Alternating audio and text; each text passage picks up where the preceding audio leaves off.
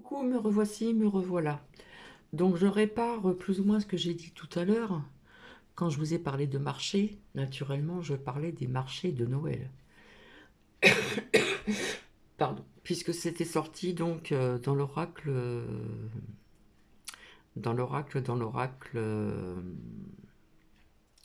je n'arrive plus à trouver le nom de l'oracle. Euh, j'ai un trou là. Attends, c'est. Oh, c'est qu'il est.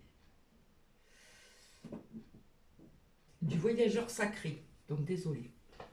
Parce que j'ai dit marché, mais j'ai pas dit marché de Noël, hein, puisqu'il est sorti le Papa Noël. Donc maintenant, je vous souhaite une bonne écoute. Voilà, je vous laisse vous installer tranquillement. C'est une autre façon de voir les choses, etc. Via ce que je vous ai dit donc tout à l'heure, je n'ai pas ici. Ah si, c'est là. Vérité profonde sur notre origine, hein. Donc, ça parle pas en français, mais c'est traduit oralement en français. Donc, je vous souhaite une bonne écoute. Voilà. J'espère que vous avez compris plus ou moins ce que j'avais donc sorti donc au niveau donc des oracles tout à l'heure.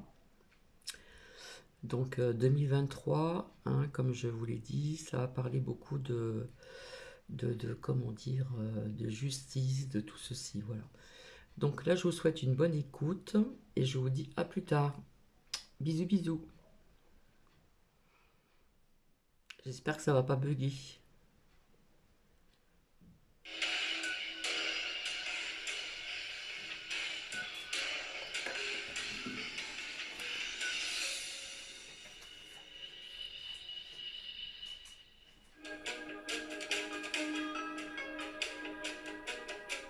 Je m'appelle Greg Braden et j'aimerais vous souhaiter la bienvenue dans cet épisode très spécial de Chez non manquant, la vérité sur nos origines, notre histoire et notre destinée.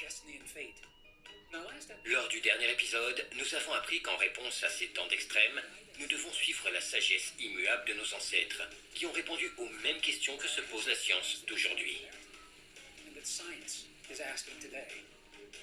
La question est simple, qui sommes-nous ? De récentes théories apportent de nouvelles réponses. Et ces réponses nous font porter un regard différent sur nous-mêmes et sur le monde qui nous entoure. Aujourd'hui, nous allons enquêter sur ces découvertes et sur leur implication dans nos vies.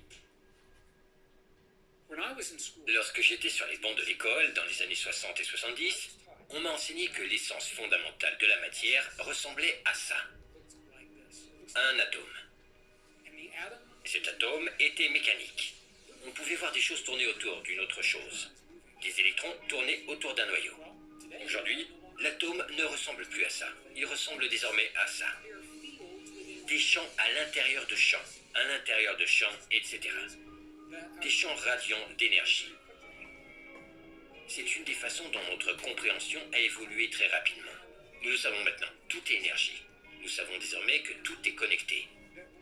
Que lorsque nous regardons l'univers, par exemple, les étoiles qui ont l'air séparées les unes des autres ne sont en fait pas du tout séparées.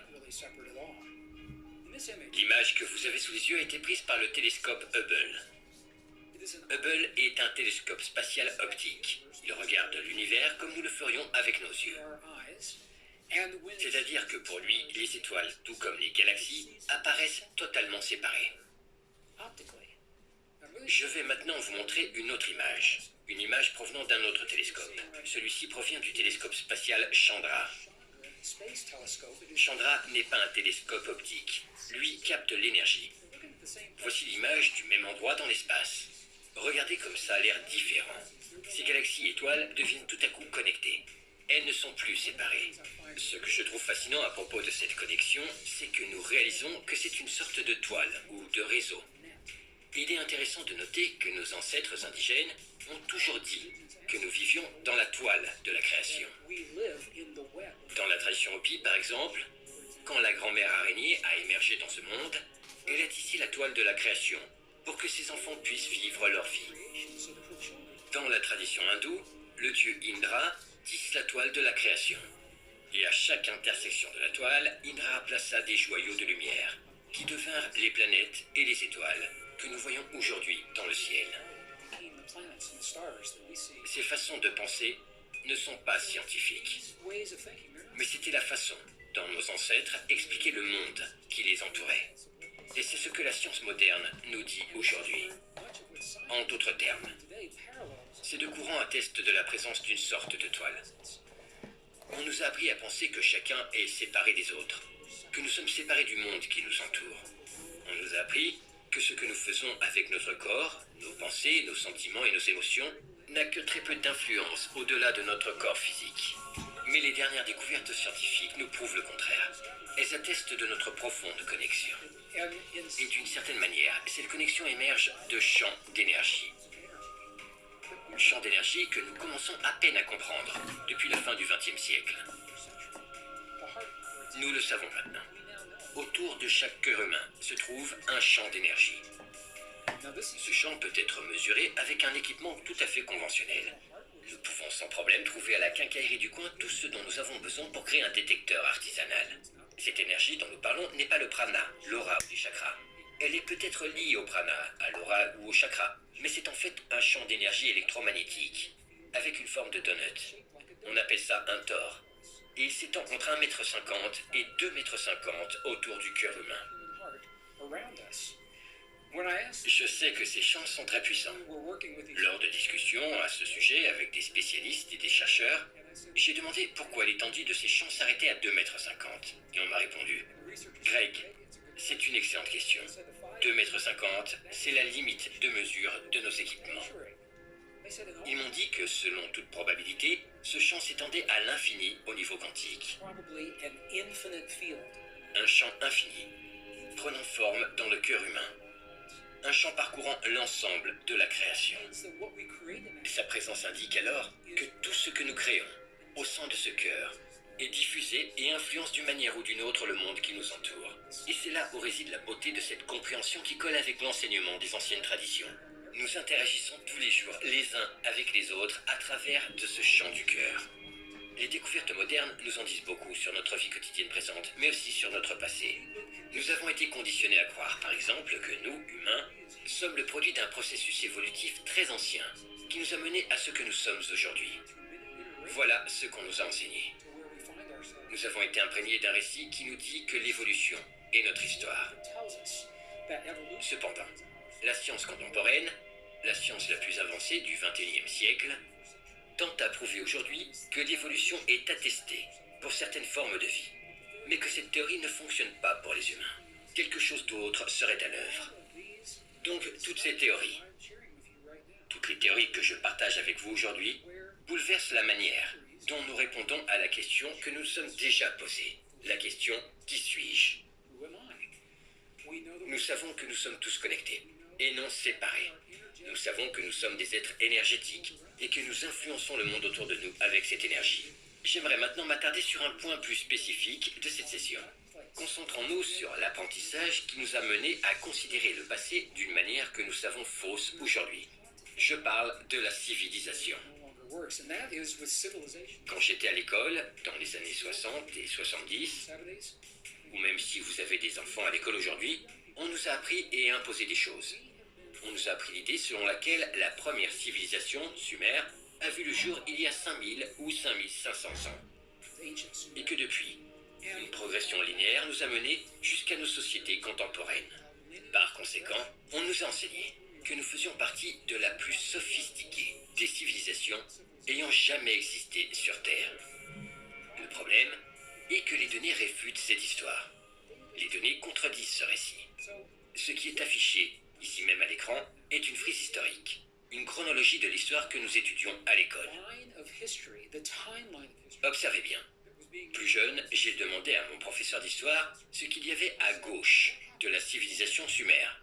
Autrement dit, que se passait-il avant 5500 ans?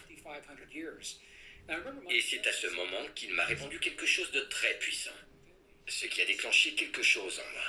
Il m'a dit, ne t'inquiète pas de la partie à gauche de la frise.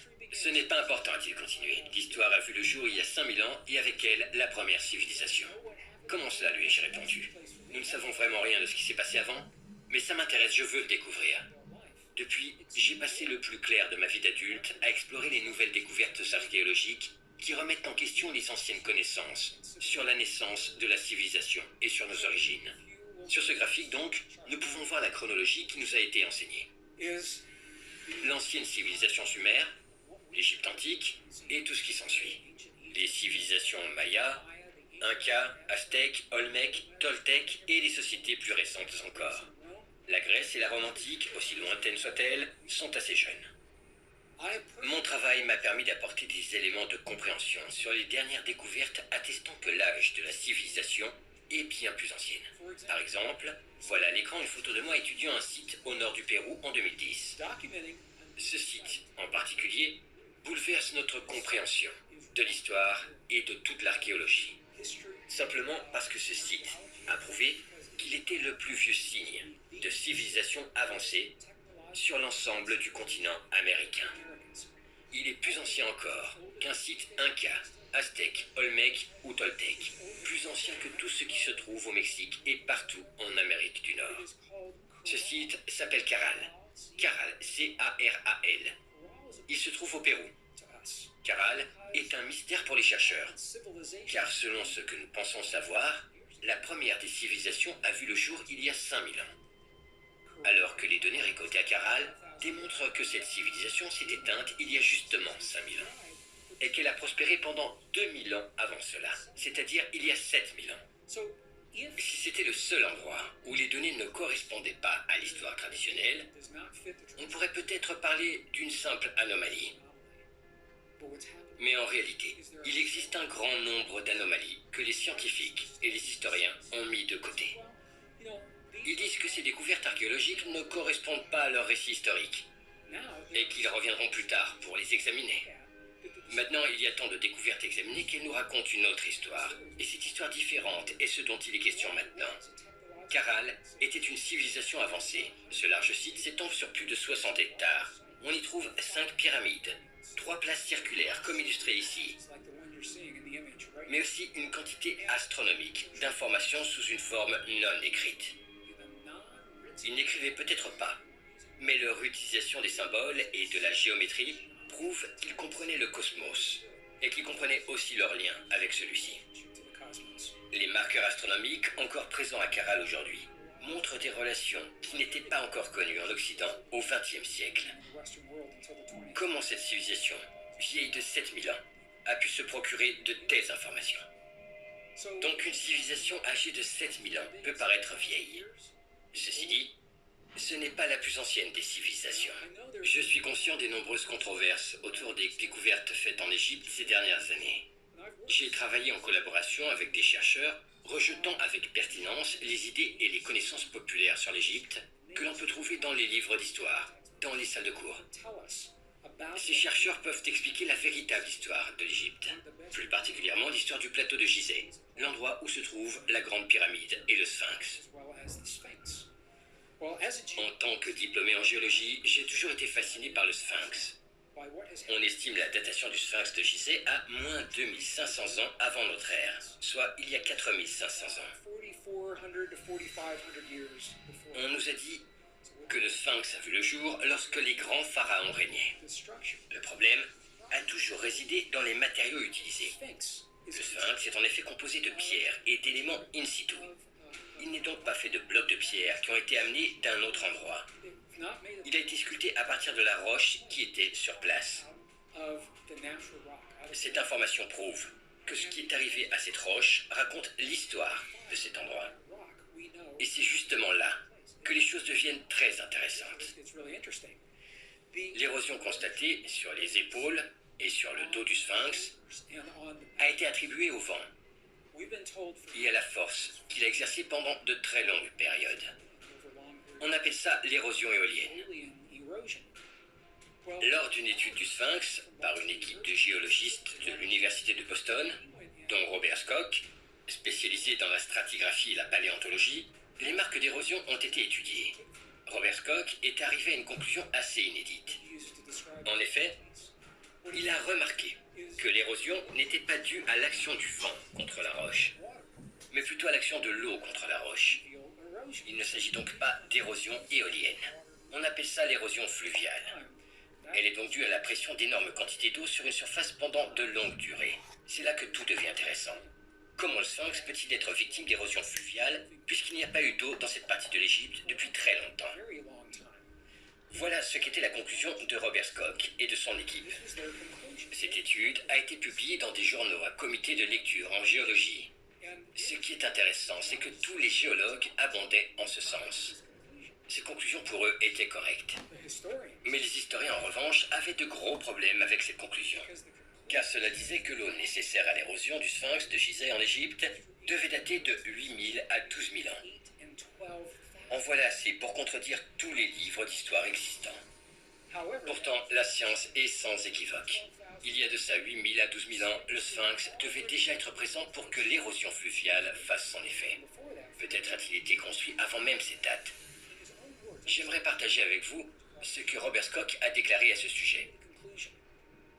Je cite, « Je suis arrivé à la conclusion que les parties les plus anciennes du Sphinx de Gizeh doivent remonter à une période antérieure, il y a 7000, peut-être 9000 ans, à une époque où le climat était vraiment très différent, bien plus pluvieux.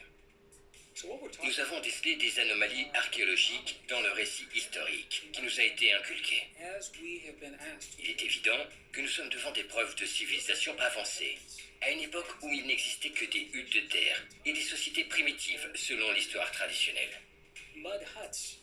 Nous n'avons pas le temps de voir ensemble toutes les anomalies existantes à ce sujet. Elles sont très nombreuses. Mais parlons maintenant de la civilisation ancienne, la plus avancée technologiquement, et sur laquelle les scientifiques se sont accordés sur son avancement technologique et sa datation. C'est un site qui est réellement entouré de mystères. Il se trouve au sud de la Turquie, tout près de la frontière syrienne. Sa situation géopolitique rend cet endroit difficilement atteignable par la plupart des archéologues. Ce site s'appelle Göbekli Tepe. Göbekli Tepe est un site sur lequel le monde de l'archéologie porte toute son attention. Je fais référence à tout cela parce que dans l'épisode précédent, on a fait mention de fausses hypothèses concernant les pyramides inversées. L'une de ces hypothèses affirmait que la première civilisation a vu le jour il y a 5000 ans. Il est primordial de le souligner, parce que lorsque nous questionnons notre identité individuelle et collective, et que nous regardons notre passé, nous avons été conditionnés à concevoir le début de l'humanité il y a 5000 ans. Permettez-moi de pointer du doigt les limites qu'implique cette manière de penser chez les scientifiques. Dans les années 1960, un archéologue américain décida d'aller à Göbekli Tepe juste après en avoir entendu parler par des villageois. Il y trouva de la poterie. On a estimé ces poteries si anciennes qu'on a remis en doute leur datation. Les scientifiques disaient que c'était impossible, car la plus ancienne des civilisations date d'il y a 5000 ans. Après tout, c'était bien le consensus scientifique du moment. Donc, malgré les datations de poterie et son ancienneté insolite, il fit un choix professionnel. Il quitta le site, parce que selon lui, il était impossible que la poterie soit aussi vieille que ce que les dates révélaient. C'est en 1990 qu'un archéologue allemand y retourna. Il y découvrit les mêmes choses. La différence, c'est que cette personne n'était pas régie par la même rigidité scientifique. Il était plus ouvert d'esprit, il faisait confiance aux datations. Il a alors dit à son équipe et à ses collègues que s'il ne fuyait pas ce site tout de suite, il passerait certainement le reste de sa vie à l'explorer. Et c'est ce qu'il fit, jusqu'à sa mort il y a de ça quelques années. Mais qu'est-ce que Göbekli Tepe? C'est un site mystérieux. On pense qu'il s'agit d'un ensemble de temples circulaires ensevelis. Un ensemble de temples possiblement enterrés intentionnellement. Et si je dis possiblement, c'est parce qu'ils sont encore ensevelis à l'heure actuelle. Les scientifiques utilisent un radar d'imagerie terrestre, un radar à pénétration terrestre, pour regarder dans la Terre et voir ces temples. Aujourd'hui, seulement 5 à 8 temples ont été fouillés. On y trouve des temples circulaires, composés de colonnes verticales. Les scientifiques ne connaissent ni l'origine de ces temples, ni la raison pour laquelle ils ont été érigés et ensuite enterrés. Mais cet ensevelissement volontaire a permis de conserver les hiéroglyphes de telle sorte qu'ils paraissent avoir été dessinés hier. Les hiéroglyphes dépeignent des images magnifiques. Le caractère mystérieux de ces hiéroglyphes est intrigant, puisque ces gravures font référence à des constellations et à des étoiles que nous n'avons découvertes qu'au XXe siècle. Alors nous nous demandons de nouveau, comment ont-ils fait? Comment ont-ils pu savoir? Et ce qui attire mon attention dans le cas Göbekli Tepe, ce sont les ruines et les artefacts qu'on a retrouvés sur le site. C'est complètement incroyable. On a trouvé toute une série de représentations humaines, à l'imagerie anatomique correcte. Les détails de ces représentations sont tous bons sauf un. Aucune des personnes représentées n'est représentée avec une bouche. Aucun des visages ne comporte de bouche. Les scientifiques ne savent pas ce que cela implique. Je ne sais pas ce que cela implique. C'est sans précédent. L'omniprésence d'une telle représentation au sein du site de Göbekli Tepe nous pousse à nous interroger sur la signification de tout cela. Ces représentations peuvent peut-être nous aider à comprendre le site lui-même. Le site se compose donc de temples à la forme circulaire qu'on a délibérément mis sous terre. On touche là encore à quelque chose d'intéressant. L'ensevelissement du site date d'il y a 8000 ans. Pourtant, on nous dit que la première civilisation a vu le jour il y a 5000 ans, n'est-ce pas? Mais si ce site a été enseveli il y a 8000 ans, cela veut dire que la datation de son origine est encore plus ancienne. En l'état, les scientifiques estiment la création de Göbekli Tepe vieille de 11 300 voire 11 500 ans. Ce site serait donc 2 fois plus vieux que ce qui est censé être la plus ancienne civilisation sur Terre, selon ce qui nous a été enseigné et ce qui est encore enseigné aux enfants à l'école aujourd'hui. 11 300 à 11 500 ans. Commençons maintenant à insérer certaines des datations de ces sites dits anormaux sur la chronologie traditionnelle. Je vais le faire à l'écran pour que nous puissions tous le voir. Voici Caral, au Pérou. Il y a aussi Göbekli Tepe, et nous pouvons voir le Grand Sphinx. Il existe également d'autres sites, comme celui de Çatalhöyük, qui est situé en Turquie, ou encore le golfe de Cambay, en Inde. Un site fascinant sur la côte indienne. Un site qui est d'ailleurs immergé sous 35 mètres d'eau. Les scientifiques ont avancé 2 hypothèses sur ce site. La première, celle qu'il aurait imposée pour obéir à la chronologie de l'histoire telle qu'on la connaît, est qu'il a été volontairement construit sous l'eau. La deuxième est qu'il a été construit avant la montée des eaux. Cette dernière hypothèse entre en collision directe avec l'histoire traditionnelle puisque le niveau de la mer est monté à la fin de l'ère glaciaire, après les fontes de glace il y a environ 12 000 ans. Donc le site du golfe de Cambay est immense et encore empreint de mystère. Avec près de 5 km de diamètre, c'est un lieu que les scientifiques adoreraient explorer, mais ce processus est très compliqué. Si je mentionne tous ces sites, c'est pour souligner qu'il ne s'agit pas de cas isolés. Non, il ne s'agit pas seulement de Caral, de Göbekli Tepe, ou encore du Sphinx de Gizeh. Le monde est rempli de sites qui contredisent la chronologie qui nous est enseignée. Le géologue que je suis veut comprendre les événements comme ils ont vraiment eu lieu, et tels qu'ils ont eu lieu. Je vais maintenant situer à gauche du graphique une zone en bleu clair. Elle représente la dernière période glaciaire qui s'est terminée il y a environ 12 000 ans. Le site de Göbekli Tepe, lui, est vu de 11 500 ans, selon les dernières estimations scientifiques. Cependant, le fond du site n'a pas encore été exploré. Les chercheurs pensent qu'une fois le fond de Göbekli Tepe atteint, ils pourraient trouver des preuves datant le site archéologique de plus de 13 000 ans. Un site ayant existé lors de l'ère glaciaire. On parlerait alors d'un site aussi vieux que la dernière ère glaciaire. Je trace désormais sur le graphique des lignes en rouge représentant les cycles de 5000 ans, cycles dont nous avons déjà parlé au cours d'un des premiers épisodes de notre série. Ces cycles dépeignent une période de 5000 ans donc. Ils étaient connus des traditions mésoaméricaines chez les peuples aztèques, mayas et incas. Ces cycles de 5000 ans étaient au centre du phénomène lié à l'année 2012 que l'on connaît du calendrier maya. Donc, sur le graphique situé sur la droite, se trouve la ligne rouge représentant le cycle de 5000 ans le plus récent. Il a pris fin en 2012. Et si nous regardons sur le côté gauche, nous pouvons voir quand il a commencé. Il est intéressant de noter que tout ce qui se trouve au sein de ce cycle de 5000 ans, de ses débuts à sa fin, traduit tout ce que l'on nous a enseigné. Il représente l'histoire telle qu'on nous l'a enseignée. Ce qui nous a toujours été présenté comme l'histoire complète de l'humanité n'est en fait que le tout dernier cycle de 5000 ans. Ce n'est pas le premier, plusieurs cycles l'ont précédé, les uns après les autres. Les scientifiques associent ces cycles de 5 millénaires à des périodes de changement climatique. Les changements climatiques qui s'opèrent aujourd'hui sont quasiment identiques à ceux d'il y a 5000 ans. Ce phénomène pourrait bien être l'élément déclencheur de la naissance ou de la mort de civilisations. Nos ancêtres devaient changer leur manière de cultiver en réponse au changement climatique. Il leur fallait développer de nouvelles manières de prospérer et de nourrir un grand nombre de personnes. Si nous nous basons sur ces faits, nous ne considérons plus le temps comme la continuité d'événements menant à une évolution linéaire, de sophistication de la société, mais plutôt comme l'enchaînement de cycles de 5000 ans. Nous sommes alors témoins d'un cycle constant et infini de naissances et de chutes de différentes civilisations avancées.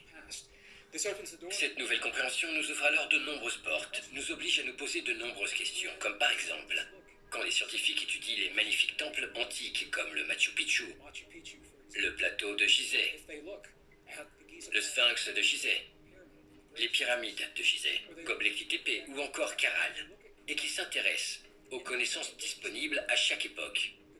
Les connaissances astronomiques, cosmologiques ou encore leur capacité mathématique à calculer les cycles, une grande question s'impose donc. Mais d'où viennent toutes ces connaissances?